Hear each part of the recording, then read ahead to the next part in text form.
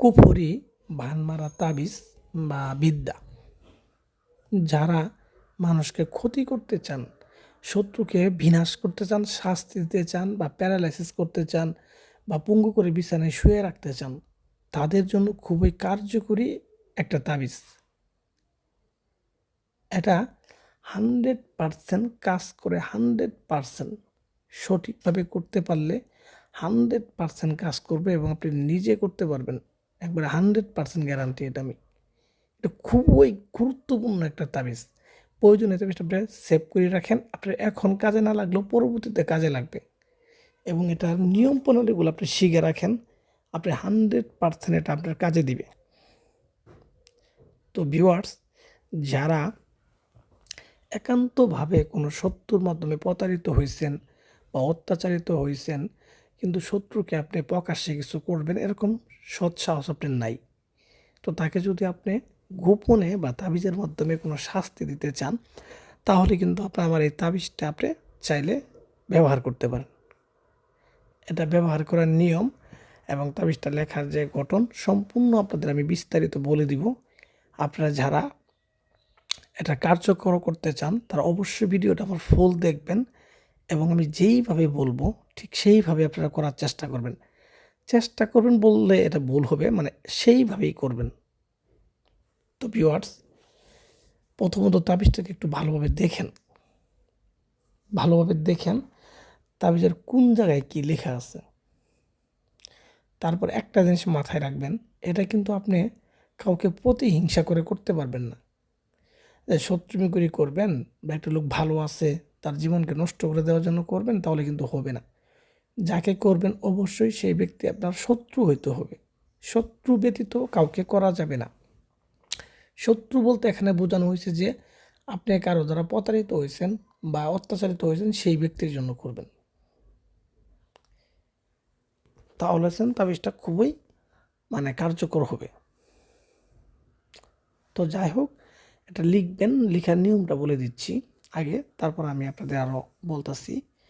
এটা প্রথমত একটা মঙ্গলবারের দিন লিখতে হবে। মঙ্গলবারের দিন ঠিক দুপুরবেলা, জোহরের আজান হবে যখন, নামাজের পর এই তাবিজটা লিখবেন।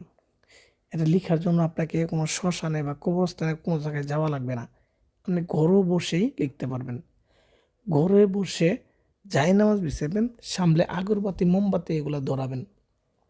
তো ধরানোর পর আপনি এটা কী করবেন, এটা তাবিজটাকে প্রথমে একটা সাদা কাপড়ে, নতুন সাদা কাপড় উপরে লিখবেন। একটা তাবিজ লিখলে হবে, অধিক লিখতে হবে না। সুন্দর করে সাদা একটা নতুন কাপড়ের মধ্যে তাবিজটা লিখবেন, ভুল করা যাবে না। তা লিখার পরে তাবিজের নিচে দেখেন নামগুলা দেওয়া আছে, বা যেখানে নামগুলা দেওয়া আছে ওই জায়গায় শত্রুর নাম, হ্যাঁ শত্রুর বাবার নাম লিখবেন। তো মেয়ের ক্ষেত্রে মায়ের নামটা লিখবেন, শত্রু যদি মেয়ে হয়। তো এইভাবে নামগুলা সুন্দরভাবে স্পষ্টভাবে এবং সঠিকভাবে লিখে দিবেন। আর অবশ্যই নামটা কিন্তু আরবিতে লিখবেন, ঠিক আছে? তো এই নামগুলা সুন্দরভাবে লিখে দেবেন। লিখে দেওয়ার পর আপনি কী করবেন, এটা সুন্দর করে পেঁচাবেন। তাবিজটা সুন্দর করে পেঁচায় একটা রূপার মাদুলিতে পরবেন। রূপার মাদুলি এগুলো কিনতে পাওয়া যায় অ্যাভেলেবেল, ঠিক আছে? এগুলো বাজারে কিনতে পাওয়া যায়।